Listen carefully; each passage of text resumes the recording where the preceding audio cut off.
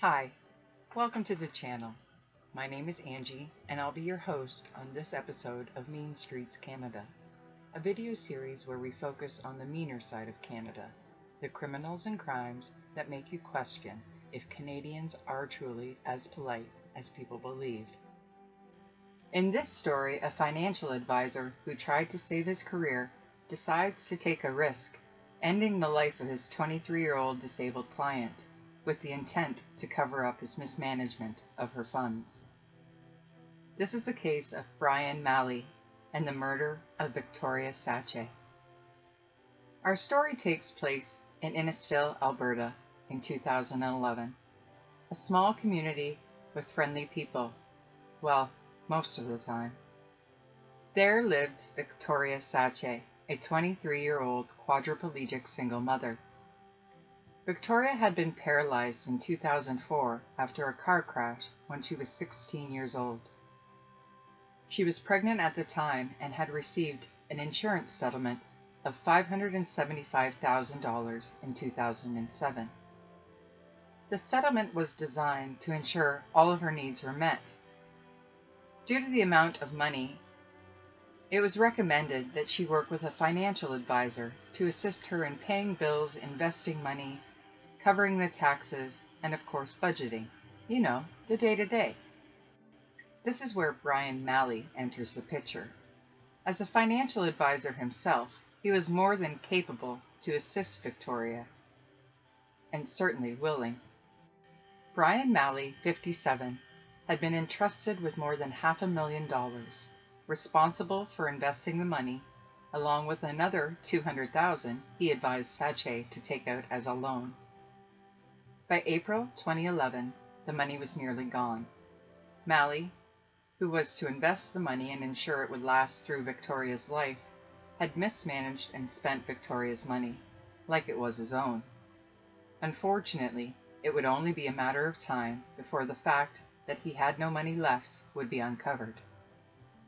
On November 25, 2011, a gift inside a green and gold holiday gift bag was delivered to the Shachtay front door.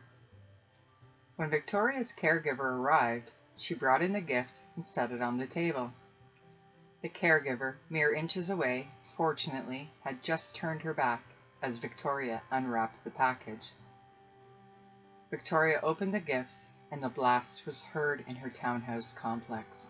It was a bomb. The blast shattered the window, blew holes through the ceiling and walls, and turned other items in the house into debris the size of confetti. Victoria died immediately, while in her wheelchair at the kitchen table. On the day of the explosion, Vicky's father was waiting for a ride to visit his daughter, only to answer the door and hear the words, "They killed Vicky." The community was in shock, and no one knew who would ever want to hurt Vicky Shachtay. It was later discovered that Malley had disguised the pipe bomb as a gift, wrapping it to perfection and laid it on her doorstep. Unfortunately, Brian spent all of Victoria's money, and she had become recently suspicious. However, for the police, knowing that Brian did it and proving it are two different things. Originally, they were baffled. They did some solid police work and they managed to lift some DNA from a tag on the gift bag. Later, the collection of a fast food napkin was compared to the tag. Similar to police-based TV shows, Malley was under surveillance until they watched him discard a napkin at a fast food restaurant. It was collected and tested, and they got a match. Brian Malley's DNA was on the bag that contained the bomb. Malley also owned or purchased some of the parts used to make the explosive device. A piece of galvanized steel pipe, about 15 centimeters long, smokeless gunpowder, an end cap, a light switch, a lantern battery, and a tiny light bulb.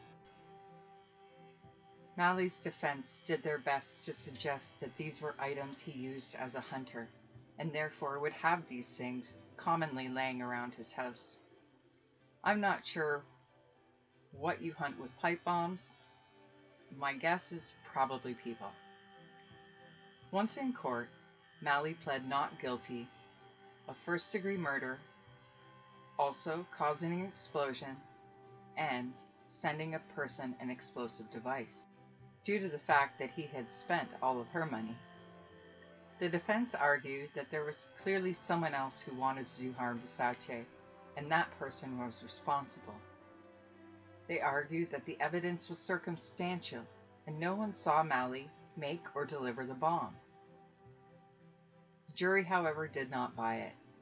Malley was found guilty in a court of law in 2015, convicted of first-degree murder by a jury, sentenced to 25 years with no chance of parole for at least that period.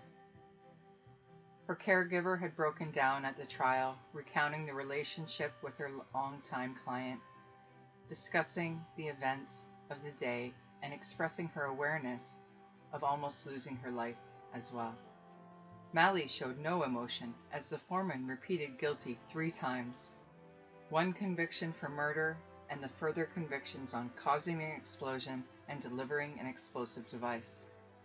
Malley will not be eligible for parole until he is 82 years old. The Supreme Court of Canada rejected his first appeal, choosing not to hear Malley's excuses. Malley had requested a new trial as he believed the Crown failed to bring forth that other possible suspects may be responsible. Victoria Shachtay leaves behind her beautiful daughter, Destiny. Her family and friends all mourn her loss. Loved ones remember her as a loving and caring person, described by her father as resilient and strong. She was a proud mother and a great daughter, he was known to say, and she will sorely be missed. This concludes the story of Brian Malley and the murder of Victoria Shachtay.